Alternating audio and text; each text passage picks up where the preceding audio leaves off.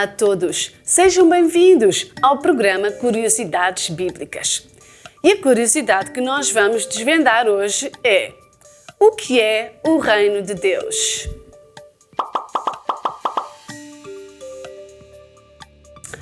Vamos desvendar essa curiosidade. Bem, na verdade, nós já ouvimos falar tantas vezes sobre o Reino de Deus e o Reino dos Céus. Mas será que nós já chegamos a descobrir essa curiosidade, esse significado do Reino de Deus? Pois é, hoje eu vou trazer algumas passagens para nós ficarmos assim com uma ideia mais clara do que é que a Bíblia fala sobre o Reino de Deus. Nós temos tendência a associar sempre a encontrar as passagens do Reino de Deus e o Reino dos Céus no Novo Testamento.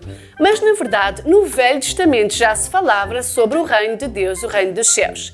Como diz em Salmo 145, 10.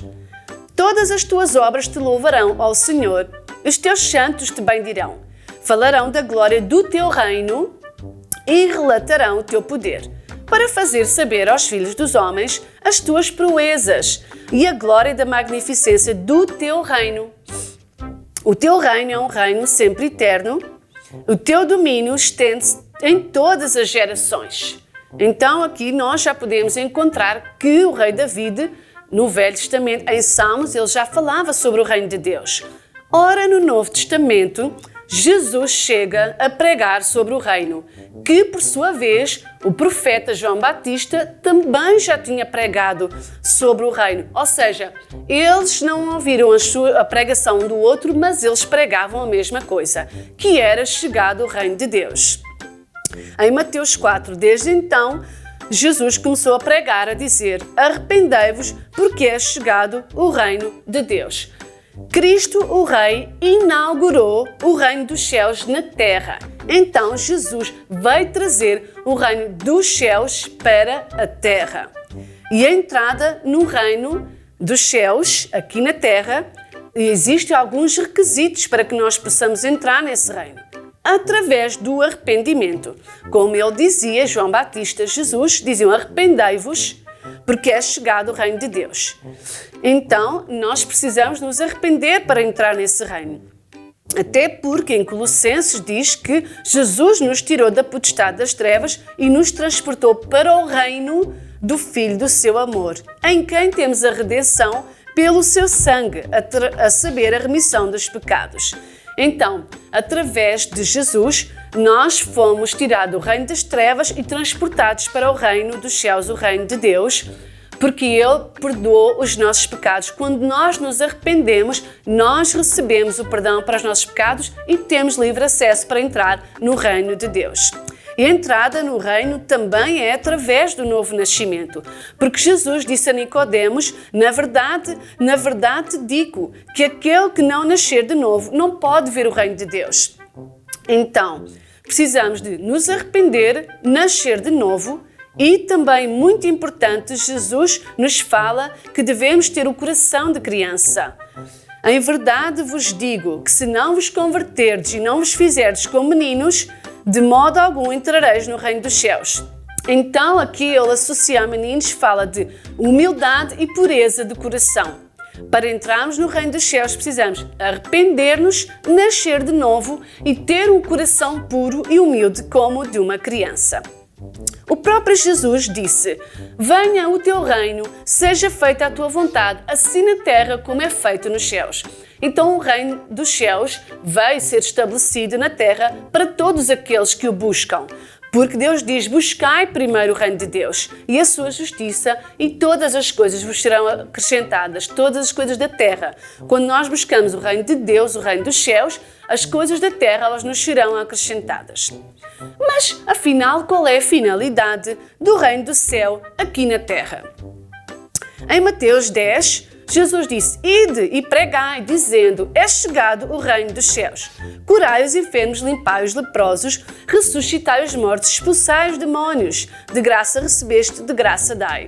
E curai os enfermos que nela houver em cada cidade, e diz-lhes: é chegado a vós o reino de Deus. Então podemos associar aqui cura, não é? E libertação à chegada do reino de Deus, porque chegando o reino de Deus, chegando o poder de Deus, há libertação dos cativos, dos oprimidos e dos enfermos. Não é? Há perdão para os pedidos e para os pecadores.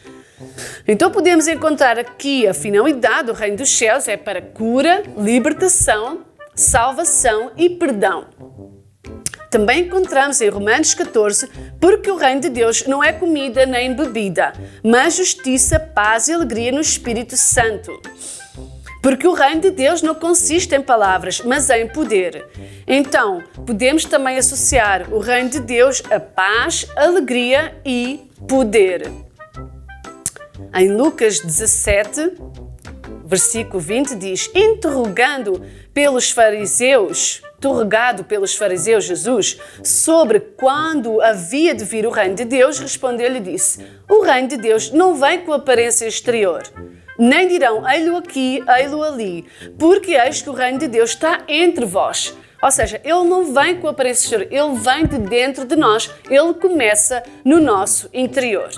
Também podemos comparar o reino de Deus, não é? Encontramos na sua palavra várias comparações. Podemos comparar o reino de Deus a um tesouro que diz em Mateus 13, o reino dos céus é semelhante comparado a um tesouro escondido no campo, que um homem achou e o escondeu. E pelo gozo dele vai, vende tudo que tem, compra aquele campo.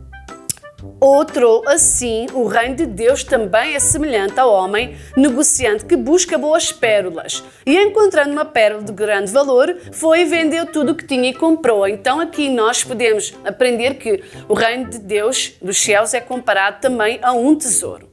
O reino de Deus também é comparado com grandeza, que diz nesta parábola em que o reino dos céus é semelhante ao grão de mostarda, que o homem pegando nele semeou no seu campo, o qual realmente é o menor de todas as sementes, mas crescendo é o maior de todas as plantas e faz uma grande árvore. Então aqui o reino de Deus também é comparado com grandeza. E o reino de Deus também é comparado com crescimento, que diz, o reino de Deus é assim, como se o homem lançasse a semente à terra, dormisse, levantasse de noite ou de dia, semeasse, brotasse e crescesse, não sabendo ele como seria. Então, também, o reino de Deus nos fala de crescimento, grandeza e de tesouro. Mas, infelizmente, nem todos entrarão no reino de Deus.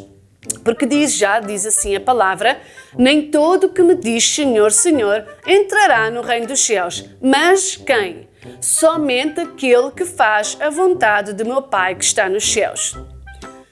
Não sabeis que os injustos não hão de herdar o reino de Deus? Não erreis, nem os devassos, nem os idólatras, nem os adúlteros, nem os efeminados, nem os sodomitas, nem os ladrões, nem os avarentos, nem os bêbados, nem os maldizentes, nem os roubadores herdarão o reino de Deus. E os que cometem tais coisas e as obras da carne também não herdarão o reino de Deus. Até porque Jesus disse aos seus discípulos, em verdade vos digo que é difícil de entrar um rico no reino dos céus. É mais fácil passar um camelo pelo fundo de uma agulha do que entrar um rico no reino de Deus. Então aqui também, quem se dedica à avareza também é um impedimento de entrar no reino de Deus. Também podemos encontrar que a chave do reino de Deus está nas mãos da igreja, como diz em Mateus 16:19. Eu te darei as chaves do reino dos céus, disse Jesus para Pedro, sobre o qual ia estabelecer a igreja sobre a pedra, sobre a rocha. E tudo que ligares na terra será ligado nos céus, tudo que desligares na terra será desligado nos céus. Aqui Pedro representa a igreja. Foi ele que deu início à igreja com todos os seus discípulos de Jesus. Então nós, a igreja de hoje, nós temos a chave do reino dos céus para ligar e desligar tudo aquilo que Deus assim determinar. Na verdade, a igreja é perseguida. Bem-aventurados os que sofrem perseguição por causa da justiça, porque Deus é o reino dos céus. Somos nós. Também os céus, é preciso força para entrar no reino dos céus, que está escrito. A lei e os profetas duraram até João. Desde então é anunciado o reino de Deus e todo homem emprega força para entrar nele. Mas, na verdade, vai valer a pena nós desfrutarmos do reino dos céus aqui na terra e do reino dos céus por toda a eternidade com Cristo. Porque Mateus 13:43 diz: então os justos resplandecerão como o sol no reino de seu Pai. E assim nós vivemos com Jesus para sempre no reino dos céus, no reino de Deus. E assim nós desvendamos mais uma curiosidade bíblica. Adeus e até à próxima!